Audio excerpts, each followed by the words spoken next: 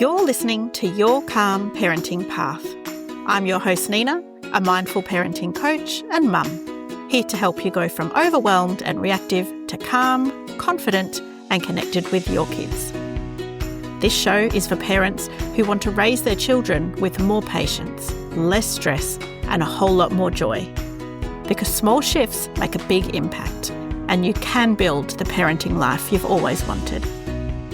If you want to see what I'm up to, follow me on Instagram at Mindful Parenting Lifestyle, and don't forget to hit follow or subscribe so you never miss an episode. Let's get started. Hello, lovely listeners. Welcome to the episode. Today I'm joined by Emma Cannon, mum of 3 and founder of Higher Swing. Emma started Higher Swing to help connect families with proactive wellbeing programs that support children through life's challenges, from everyday struggles to bigger transitions like separation or divorce. Her passion is helping parents create homes where kids feel safe, supported, and able to thrive. In this conversation, we'll be talking about one of those big challenges, parenting after separation. Emma will share why co-parenting isn't always possible and how parallel parenting can reduce conflict, strengthen relationships, and put children's wellbeing first. Hi, Emma. Welcome to the show. Thanks, Nina. Thanks for having me. Would you like to start just by telling us a little bit more about yourself and what inspired you to create Higher Swing? Sure. It was about 5 years ago that I went through a fairly difficult divorce. My kids were 10, 7, and 5 at the time. I found it really difficult, not only with myself, but my children responded all very differently. I mean, you can imagine different age groups. And look, my oldest daughter particularly had a really difficult time, and I just didn't know how to help her. So at the time I was seeing counsellor myself, and we were going through a court process, and I tried to get her in to see somebody, and she just didn't talk at the meeting. Oh. She wouldn't see anybody. And I found it really hard to help her. And as a parent, you know they're struggling and you don't know how to help. And it was at a community hall that I saw a notice of a wellbeing program called Lemonade Kids. Okay. This was in Queensland at the time. But the Lemonade Kids program is based on a Standing Strong workshop, which was actually originated from a lady here in Perth. Okay. So she had a franchise business, which Standing Strong programs are Australia-wide, and there are some available here in Perth. Mm.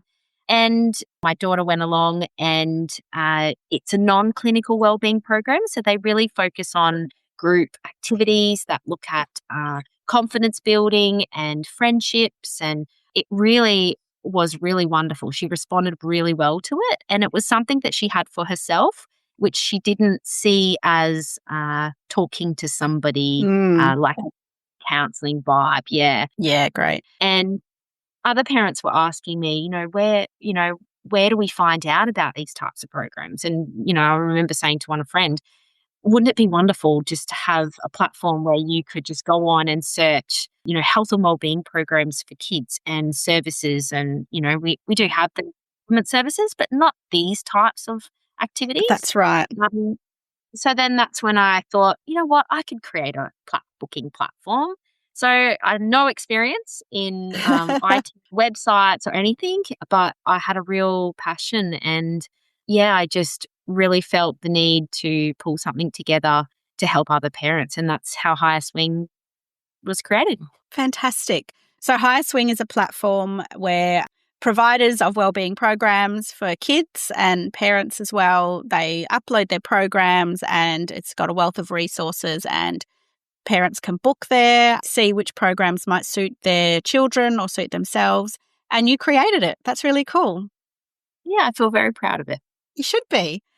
Now, it isn't just for families going through separation. It supports parents and kids through many of life's challenges. Can you talk to that a little bit more? Yeah, so there is parenting programs on there that support parents, as well as workshops for kids, and also school programs that schools can adopt and deliver within the school cohort. So the vision for High Swing is really to provide more options. Mm, So even if we want to see a psychologist or a pediatrician for our children, we have to wait long periods of time. Also, it gives support to the whole family. So mm, if you're struggling with your parenting confidence, or you're wanting to build more skills in that, you can also do that yourself as a parent. mm. So let's move on to the main topic of this conversation, because I contacted you to ask you to be a guest after I received one of the Higher Swing weekly emails where you spoke about parallel parenting and ways that you can help children through it. So when it comes to separation, we often hear about co-parenting. Everyone wants to co-parent, but it's not always possible. Can you explain the difference between co-parenting and parallel parenting as an alternative? Yeah, and I think co-parenting's very trendy these days. Mm, And there's lots of pressure from society that we, should be able to stand together at the school assembly, and we should be able to communicate effectively in front of the kids. And, there's all these expectations around that. But, from my experience, my divorce also carried a lot of trauma. So I actually have a domestic violence order with my ex-partner.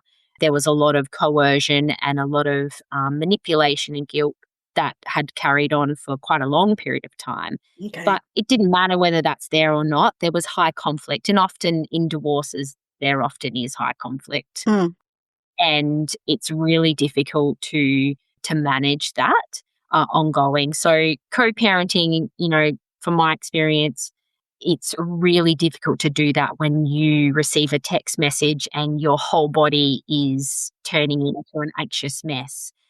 And what brought me to parallel parenting was a counselor that I was seeing said, here's a book. It's called The Parallel Parenting Solution. It's written by Carl Knickerbocker, and it's trauma informed. So it begins with the assumption that a divorced parent is likely been exposed to some form of abuse, whether that's mental, emotional, or physical. And it creates a space for healing and autonomy apart from the other parent, and to shut down as many avenues for that continued traumatization and abuse as possible. mm, You do have that high conflict. Even in a court process with a domestic violence order, you're also then forced to communicate and co-parent with that person without any, you can have a physical barrier in terms of yeah, restraining order, but you still are forced to sit down in a mediation. You're, communicating around schooling and medical and all of the aspects of parenting, which yeah, you yourself have to put in boundaries to protect yourself. And how do we do that? And often we don't know how. yeah, okay. Yeah, so I think co-parenting really works if you share the same values and belief systems, if your communication is respectful. But if it's not, parallel parenting is a good solution. And that's to build a life in your home, in your time with it, Yeah. which is separate to maybe what happens on the other side. Yeah. Yeah, okay. So I imagine having that guidance, trauma informed, would have made such a difference for you in your personal journey as well. And realizing I don't have to get on with him. I don't have to take it anymore. I can parent how I want to parent in alignment with my values. So from a practical perspective, what does parallel parenting look like?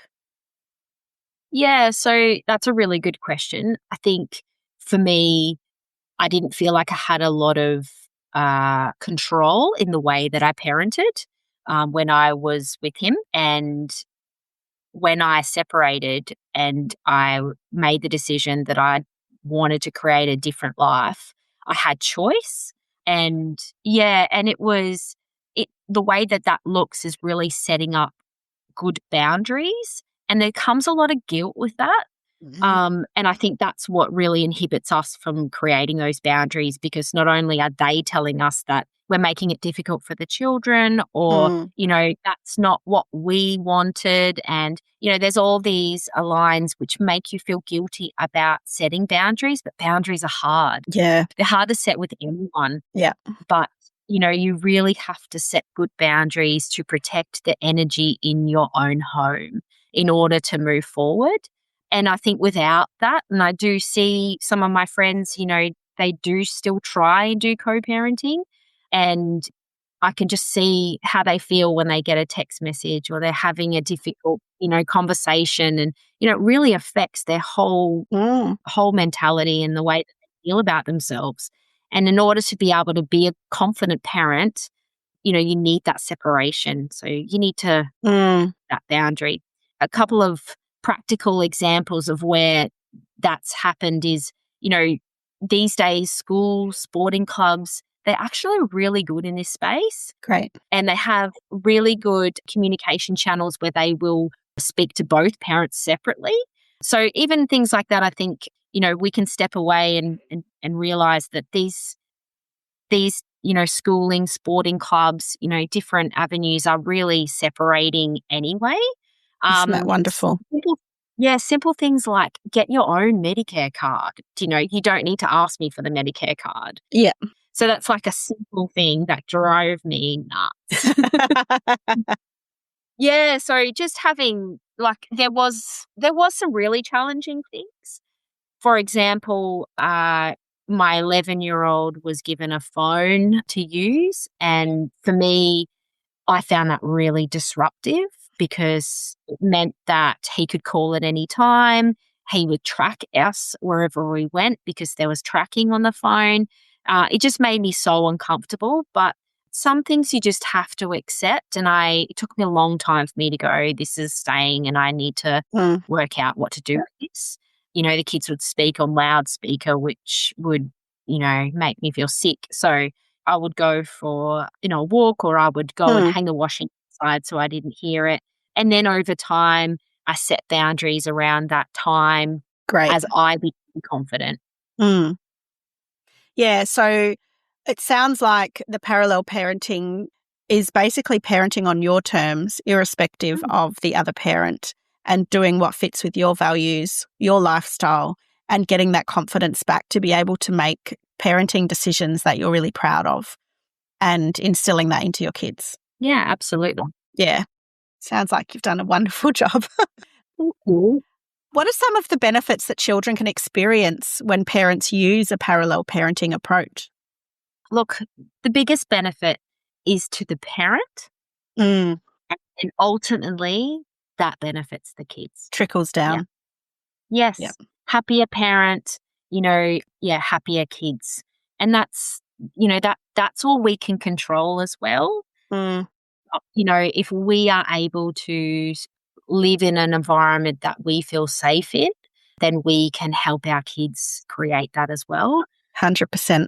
So you speak to any, split family, they will say that the first night or the first couple of days is really difficult in that transition. That happens no matter what. And I think there are a lot of similarities between parenting and co-parenting in terms of the way the kids respond. So, for example, you'll hear they do this at one house but not at the other, and but is it confusing for the kids to have separate rules? I was going to ask you that. Yeah, they will anyway, and I think we have to remember that the kids evolve as well and things change. So, for example, my kids have now another sibling at the other house. So their routine is different because they have a baby in the house. Yeah. So for me to turn around and go, well, that's impacting you just have to adapt, and there will always be changes that happen. For example, my daughter's 15 now, so she works part-time. Yeah. So, and they become more independent as they get older. So nothing ever when it starts stays the same. Yeah, I really like that. The parenting evolves and then the kids evolve around the parenting. And by, sticking firm, we've talked about values, sticking firm to your values and how you want to be and how you want to live, you're role modeling to your kids that they can help make that choice as well. They don't have to be stuck in situations that they don't like. They can put the boundaries up around them as well. And so that's wonderful role modeling, isn't it?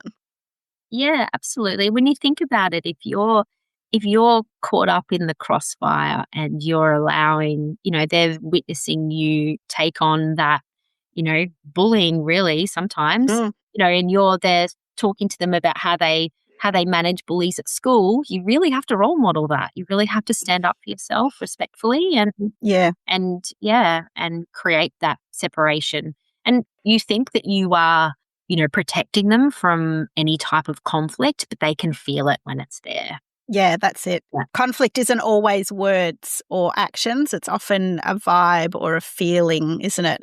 And I talk a lot about the energy that I have and the energy that I allow in my life and the energy in my home. And I talk openly about that with my kids even. How do you like to feel when you come back to my house? Yeah. Yeah. And let's create that, so Yeah. And involving them in the process as well. absolutely. It's their house as much as your house. Yeah. Yes, yeah.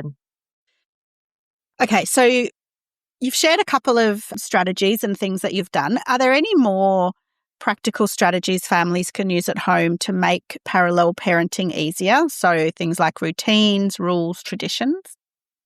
Now, traditions are a good one. I think, whenever we go through a divorce and we live in two homes, or it's just not the same as what it was, you might have a Mm, parent who's passed away and then it's, things look differently. I think it's really good to set new traditions. great. And I think that gives the kids something to look forward to when they come to your house and a bit of unique point of difference, with what happens there. But also to, I think building the communication channels with your children is really a good practical skill for them to have. Yep.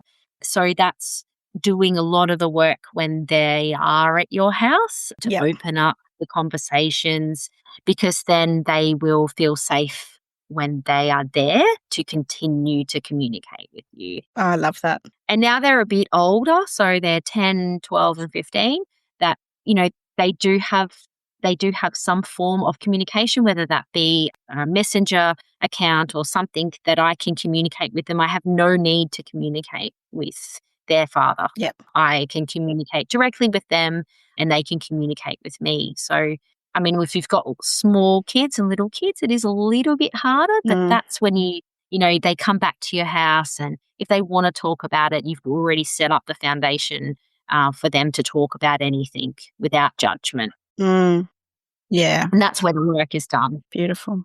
Yeah. Yeah, that's it. That's when you're, creating that safe space for them so that they know that they're always here, they can always talk. And that's a really great tip too. Mm. Wonderful. Another tip I will just add, another tip is always drop off, never pick up. That was one advice that somebody gave me that I feel Oh, has been really good advice for me. So whenever you're picking up, they haven't got their stuff ready and you're waiting around and, all that kind of stuff. So when you drop off, you're in control of that. So that's another really good practical tip that somebody gave me that I can pass on. excellent. Yep. Thank you. It's a really great tip too. Okay, so if there's one small shift that parents can make today that would have a big impact in reducing conflict and supporting their child's well-being, what would you suggest? Firstly, and most importantly, work on yourself. Mm, We all carry emotional, baggage or trauma, triggers, all of those things. I think doing the work on our own confidence, our own healing, how we regulate, calm parents comes from emotional regulation. yeah, And we have to put our hand up and go, we don't always have that skill and we have to build it. yeah. And that's not just with our ex-partner, but it's also with our kids. Mm, So I think role modeling this and, at all age appropriate, I guess you could at all ages, yeah. we can have a conversation where we can say, I felt like I didn't handle that well. Yes. Let's try that again. Because you're role modeling that nobody's perfect. Sometimes we do.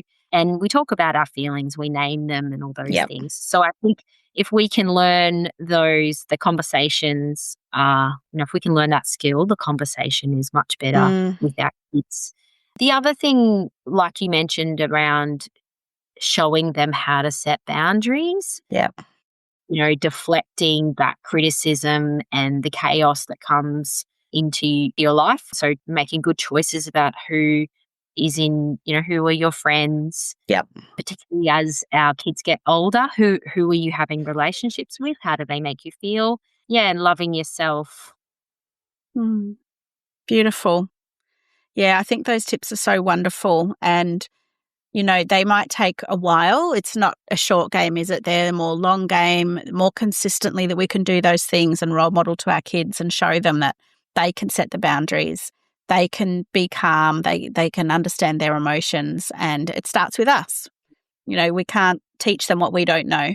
Well, I mean, you can, but it's not the same. Role modeling is so much more effective than teaching.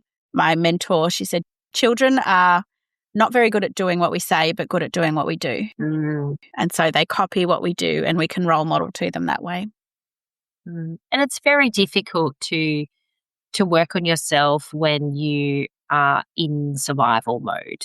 And I think we can recognize when we're in that mode. Yep. Or look back and go, I forgive myself for being, that way because I was there. And you do move away from it. Yeah, beautiful. Parallel parenting is definitely a way to achieve that if you are going through any type of divorce, whether it's, really difficult or not. I think it's definitely a good option. I think so. And I had not heard of it until I heard it from you. So I think spreading the word and letting people know that it is an option. You don't have to be all happy families, catching up for coffee at sports day. You can parent separately and you can do it parallel. Yeah. And even moving on yourself, like it's a really good way to set a foundation where you potentially can move on with your own life, whether that be a new partner or different way of living. Yeah, happier way. I think that's the crux of it, isn't it? Yeah. Okay. What message would you most like separated parents to take home from our conversation today? Just that it's forever changing, like I said, you may be in a phase at the moment, you can recognize that it's not working. This is not working, and then you can move towards setting some boundaries, focusing on your life and what you're doing with your kids in your time. And I think as the kids grow older, things will change. They become more independent. They starting to create a life themselves and, you don't need to have as much contact. I think we are pulled into this, I should update them and, it makes them accountable. Yeah. For being their parent as well. You don't need to parent for them. So I think it makes both parents accountable. Yeah. Excellent. What a lovely note to finish on. Thank you so much, Emma. I think what you've talked about today is something that maybe isn't talked about enough, and I think sharing this message that you can parent successfully after a separation, after a divorce, and you can parent in a way that lines with your beliefs and your values, and it's how you want to parent. You don't always have to be pressured into parenting a different way. So I really want to thank you for your openness and honesty about your situation, because I'm sure there's parents out there that are listening and just thinking, oh my God, she's talking about me. So thank you so much. I really do appreciate it. You're welcome. Thank you for having me. Before we go, would you like to just share a little bit about where people can find you, where your socials, and I love your emails as well. So where can people sign up to your emails? The best thing to do is to stay up to date with any new programs that are coming on board. So that's to follow us on Instagram or Facebook. So at Higher Swing is our tag. And then on our website, higherswing.com.au, you can sign up for the new weekly newsletter. Excellent. Yeah, you'll hear a little bit more about my parenting wins and challenges as well. Yeah, awesome. I'll pop the links in the show notes for anybody that wants to jump on board with that. And see you in next week's episode. Thank you. Thanks for listening to Your Calm Parenting Path. I am so glad you're here. And I hope this episode gave you something useful to take into your parenting journey. If you'd like to dive deeper, Sign up to my mailing list at mindfulparentinglifestyle.com.au for more tips and insights, or book a free chat to learn how we can work together. And don't forget to hit follow or subscribe so you never miss an episode. I look forward to speaking with you next time on Your Calm Parenting Path.